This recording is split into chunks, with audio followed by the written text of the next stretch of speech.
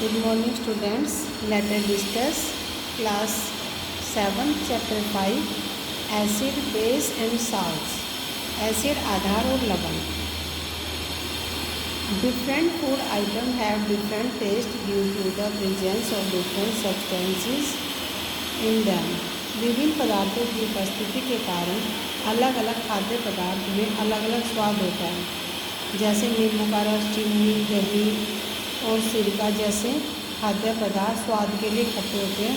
Baking soda और मिर्ची के बीच ये कड़वे होते हैं. और जबकि समुद्र का पानी कैसा होता है, वो साल्टी होता है. एसिड्स होते हैं like lemon juice, orange juice, tamarind, vinegar, curd, grape juice and unripe mango का स्वाद खट्टा होता है क्योंकि उनमें एसिड होता है. एसिड का स्वाद खट्टा होता है. क्लासिफिकेशन ऑफ एसिड्स का वर्गीकरण. एसिड को मिनरल एसिड और ऑर्गेनिक एसिड के रूप में बांटा जाता है.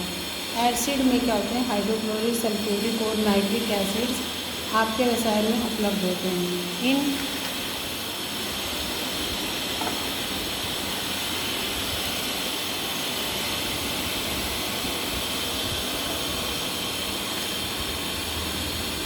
इन एसिड को मिनरल एसिड के नाम से जाना जाता है. इनको बहुत सावधानी से संभाला जाता है क्योंकि आपकी त्वचा और कपड़े जला सकते हैं. एसिड जो पौधे और पशु सामग्री से प्राप्त होते हैं ऑर्गेनिक एसिड कहलाते हैं. Carbonic acid, lactic acid, acetic acid organic acid के उदाहरण हैं. अच्छा, प्रॉपर्टीज ऑफ एसिड. एसिड के जो गुण, उसमें क्या प्रॉपर्टीज होते हैं. ये स्वाद में खट्टे होते हैं. ये प्रकृति के संरक्षक है.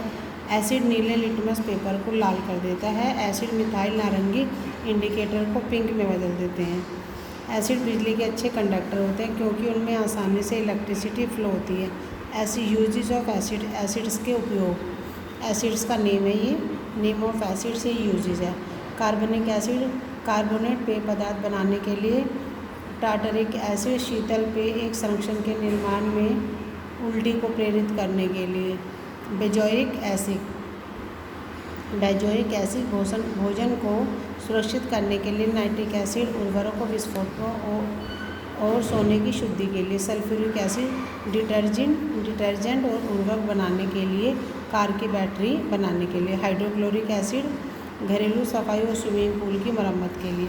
उसके बाद आता है आपका बेस. बेस क्या होता है. बेकिंग सोडा स्वाद में कड़वा होता है. बेकिंग सोडे का एक समाधान साबुन लगता है. बेकिंग सोडा जो स्वाद में कड़वा होता है, जिसका टच सॉफी होता है. सॉफी मतलब साबुन की तरह होता है.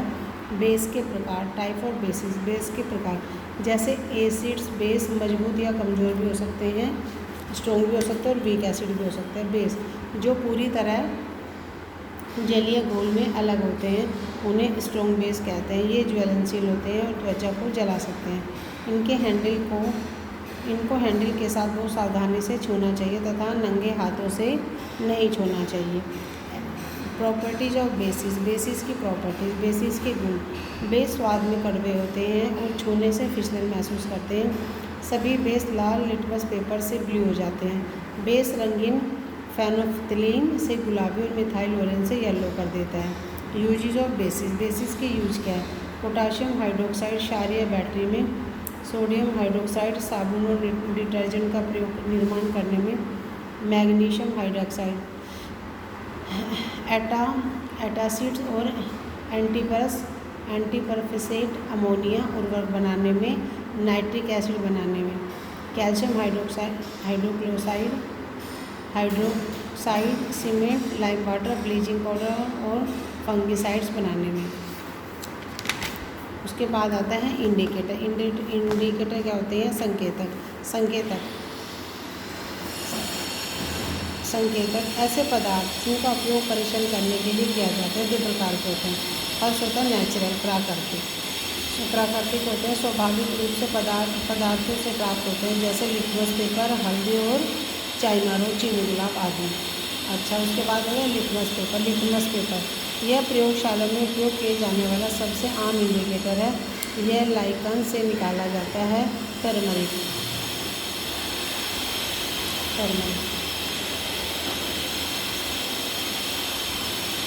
जो पौधे से स्वाभाविक रूप से प्राप्त किया जाता है। हल्दी का उपयोग मसाले के रूप में किया जाता है। उसके बाद आता है आपका चाइना रोज, चीनी गुलाब। चीनी गुलाब पेटल का सूचक संकेतक के रूप में उपयोग किया जा सकता है। यह कागज संकेतक बनाने के लिए भी इस्तेमाल किया जाता है। सिंथेटिक इंडिकेटर का जो प्रयोगशाला में बने हैं, ये एसिड्स और बेस के बीच अंतर करने के लिए बने होते हैं। यह एक सिंथेटिक इंडिकेटर है जो बेस में गुलाबी और एसिड में रंगीन होता है। मिथाइल ऑरेंज टर्नपेटिन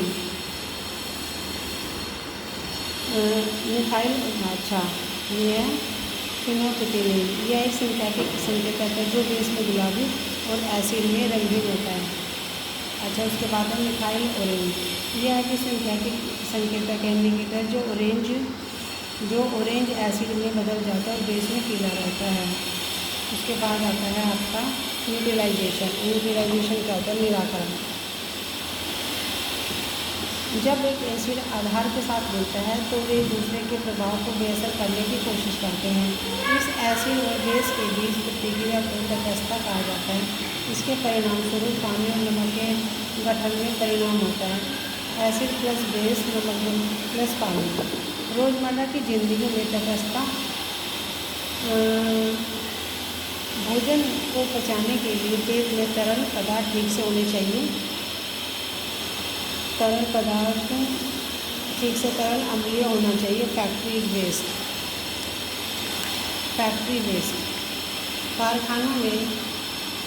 कारखानों में तरल अपशिष्ट में अक्सर एसिड होता है। अगर यह एक नदी तक पहुंचता है तो एक्वेटिक लाइफ जो पानी में रहने वाले जीव हैं उनको इफेक्ट करता है।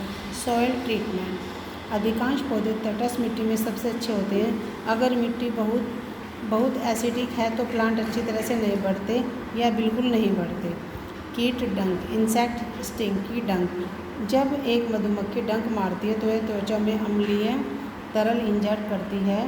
कैलमाइन लोशन रगड़ने से जिसमें जिंक कार्बोनेट होता है, स्टिंग बेअसर है। थैंक यू बच्चों।